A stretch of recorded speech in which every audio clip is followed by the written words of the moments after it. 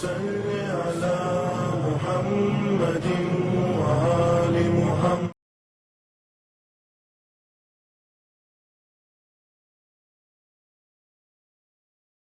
ماشاء اللہ لا حول ولا قوة الا باللہ العلی العظیم.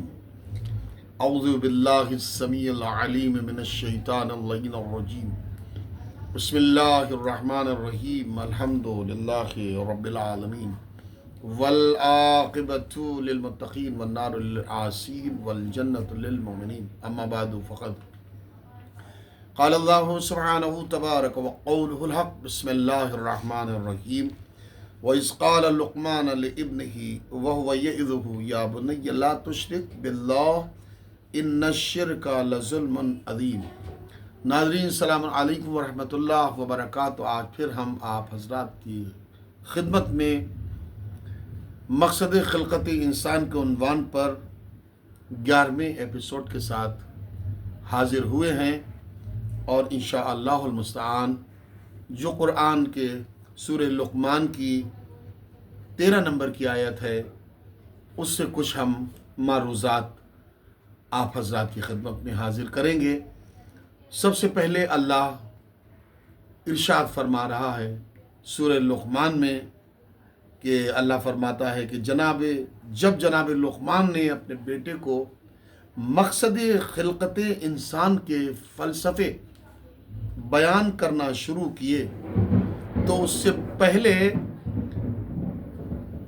جناب لقمان نے اپنے بیٹے سے فرمایا، کیا فرمایا؟ اے میرے فرزند، کوئی بھی چیز تمہارے ذہن میں نہیں آئے گی مگر یہ کہ اس بات کا خیال رکھو کہ ہرگز تم اللہ کا شریک قرار نہیں دینا، اس لیے کہ اللہ کا شریک قرار دینا ظلم عظیم کہلاتا ہے. تو مختلف انداز اور مختلف پیرائے سے ہم آپ کی خدمت میں حاضر دے رہے ہیں. آج ہم نے جناب لقمان کے سلسلے میں یہ سوچا کہ جناب لقمان کا تسلسل اور سلسلہ بھی آپ حضرات کے گوش گزار کیا جائے کہ جناب لقمان کون تھے اور جناب لقمان کی شخصیت کیا تھی اور جناب لقمان کہاں کے رہنے والے تھے، اللہ کے محبوب کیسے بن گئے اتنے اور اتنے قریب کیسے ہو گئے. اصل میں جناب لقمان کوئی پیغمبر نہیں تھے، کوئی صاحب شریعت نہیں تھے، کوئی نبی رسول نہیں تھے، بلکہ ایک مخلص اللہ کے بندے تھے. اور جناب لقمان سویڈن کے غالباً جو حبشے کے قریب سویڈن پڑتا ہے وہاں کے رہنے والے تھے، اور بہت حبشی مطلب کالے تھے، سیاہ رنگ تھے. لیکن اس کو کیا کہیے کہ اللہ جس کو منتخب کر لے، اللہ کی نظر جس پر دوڑ جائے، وہ پھر اللہ کا بھی محبوب بندہ ہو جاتا ہے اور مخلوق خدا کا بھی محبوب بندہ ہو جاتا ہے. جناب لقمان نے وصیت کی اپنے بیٹے کو. اس سے ایک درس ہمیں اور آپ کو ملتا ہے کہ ہمیشہ پیرنٹس کو، والدین کو بچوں کے سلسلے میں خبردار رہنا چاہیے. اگر کچھ کہیں تو غصے اور گرمی سے نہیں کہنا چاہیے، اس سے ماحول خراب ہوتا ہے، موسم بگڑتا ہے. لیکن وہی بات اگر اچھے پیرائے سے بچوں کے سامنے پیش کی جائے، نرمی اور لطافت اور لطف و کرم کے اعتبار سے بچوں کے سامنے پیش کی جائے تو بچے بآسانی اس بات کو سن لیتے ہیں. ناظرین، 2 وصیتیں اور نصیحتیں ہیں. ایک حضرت لقمان کی نصیحت اور وصیت ہے اپنے لال سے، اپنے بیٹے سے، کہ جو انہوں نے بڑے شفقت کے انداز میں، یہ تو بہت سی نصیحتیں تھیں لیکن سب سے اہم جو نصیحت تھی کہ میرے لال یاد رکھو کہ کبھی بھی اللہ کا شریک قرار نہیں دینا. کیوں؟ اس لیے کہ ان الشرک لظلم عظیم، اس لیے کہ بے شک جو شرک ہے وہ ظلم عظیم. اور بالکل سیم اسی طریقے سے امیر کائنات حضرت علی ابن ابی طالب علیہ السلام نے نہج البلاغہ میں بھی اپنے بیٹے ولد اکبر امام حسن علیہ السلام کو وصیت فرمائی، اور اس انداز میں وصیت فرمائی، اے میرے بیٹے حسن، میں تمہیں نصیحت کرتا ہوں اور میں نے تم کو جب بھی نصیحت کی، قدم قدم پر تمہیں نصیحت کرتا رہا، نیک و بد سمجھاتا رہا، آشنا کراتا رہا، برائی کیا ہے، اچھائی کیا ہے، محبت کیا ہے، دشمنی کیا ہے، ظلمت کیا ہے، نور کیا ہے، پستی کیا ہے، بلندی کیا ہے، سعادت کیا ہے، شقاوت کیا ہے، کامیابی کیا ہے، محرومی کیا ہے۔ اے میرے لال، دیکھو اس بات کا دھیان میں رکھنا کہ باپ باپ ہوتا ہے، بیٹا بیٹا ہوتا ہے۔ بیٹا کتنا ہی پڑھ لکھ کے کیوں نہ وقت کا گورنر بن جائے، پوسٹ والا بن جائے، ڈگری والا بن جائے، لیکن باپ باپ ہوتا ہے، بیٹا بیٹا ہوتا ہے۔ نصیحت کے آخر میں جو لقمان کا انداز اپنے بیٹے سے تھا، وہی انداز سے امیر کائنات کا اپنے بیٹے مولا حسن مجتبیٰ کے لیے کہ تم اپنے بارے میں غور و فکر کیوں نہ کر لو، تم اپنے والد کی نظر اور ان کے تجربات تک نہیں پہنچ سکتے۔ کیوں؟ اس لیے کہ باپ باپ ہوتا ہے، بیٹا بیٹا ہوتا ہے۔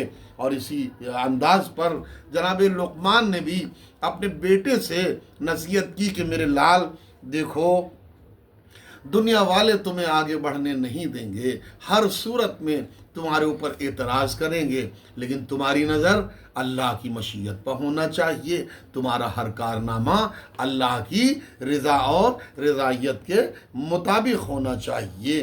اور ملتا ہے روایتوں میں، قرآن کی تفاسیر میں بھی ملتا ہے کہ جب بیٹے کو تھوڑا ڈاؤٹ ہوا کہ باپ اس طریقے سے وصیت کر رہا ہے، تو جناب لقمان نے ایک سواری منگوائی اور کہا دیکھو بیٹا، ہم سوار ہوتے ہیں اور تم آگے چلو، ابھی سارا معاملہ سامنے آ جائے گا۔ ایک مرتبہ سواری پر حضرت لقمان بیٹھے، بیٹا لجام پکڑ کے سواری کی آگے بڑھنے لگا۔ لوگوں نے ٹوکا، دیکھو کیسا دل تنگ اور کیسا سنگ دل باپ ہے کہ بیٹا پیدل چل رہا ہے، باپ سواری پر بیٹھا ہوا ہے۔ دکھایا بیٹا، دیکھا یہ ہے اللہ کے بندے اور یہ ہے دنیا۔ اتری سواری سے، بیٹے کو سواری پر بٹھالا اور بٹھال کے خود لجام پکڑی، آگے چلنے لگے۔ پھر دنیا والوں نے دیکھا اور دیکھنے کے بعد کیا کہا، کیسا باپ ہے، کیسا بیٹا ہے کہ خود سواری پر سوار ہے اور باپ پیدل چل رہا ہے۔ روک لی سواری، اترے اور اترنے کے بعد دونوں سوار ہوئے۔ اب دنیا والوں نے دیکھا کیسے یہ لوگ شقی ہیں، کیسے یہ لوگ سنگ دل ہیں کہ سواری پہ دونوں سوار ہو گئے، سواری تھک جائے گی، سواری پریشان ہو جائے گی۔ پھر اترے، پھر دونوں پیدل چلنے لگے اور سواری کی لجام ہاتھ میں پکڑی۔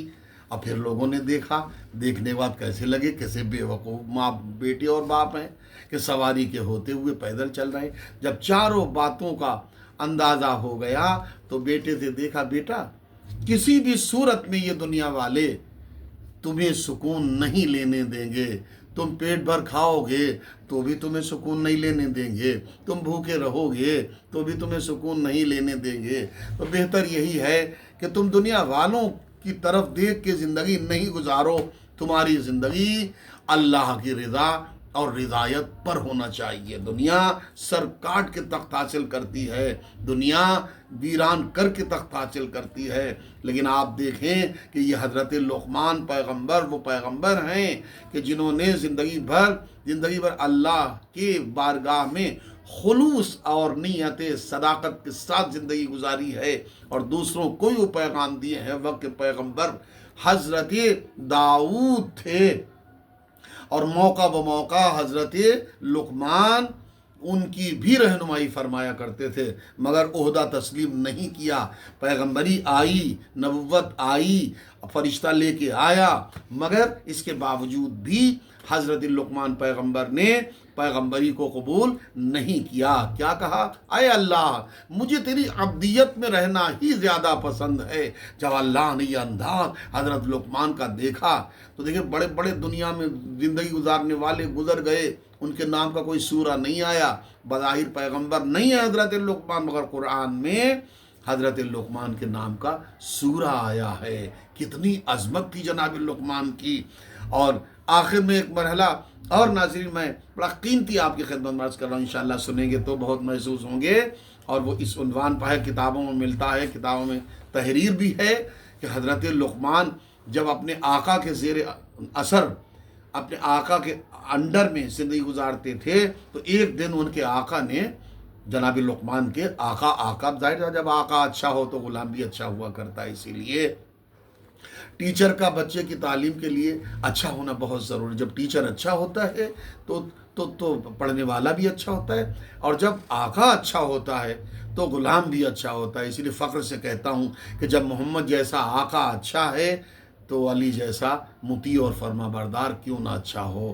خدا کا شکر ہے کہ اللہ نے ہمیں محمد جیسا آقا دیا اور مولا جیسا، امیر المومنین علی جیسا بندہ خدا دیا ہے، تاکہ ہماری زندگی دونوں طرف سے مکمل اور اکمل ہو جائے. تو آقا نے ایک دن جناب لقمان سے کہا کہ جاؤ ایک جانور ذبح کرو، گوسفند ذبح کرو، اور اس کے بہترین اعضاء میں سے 2 عضو کو پکا کر لے آؤ.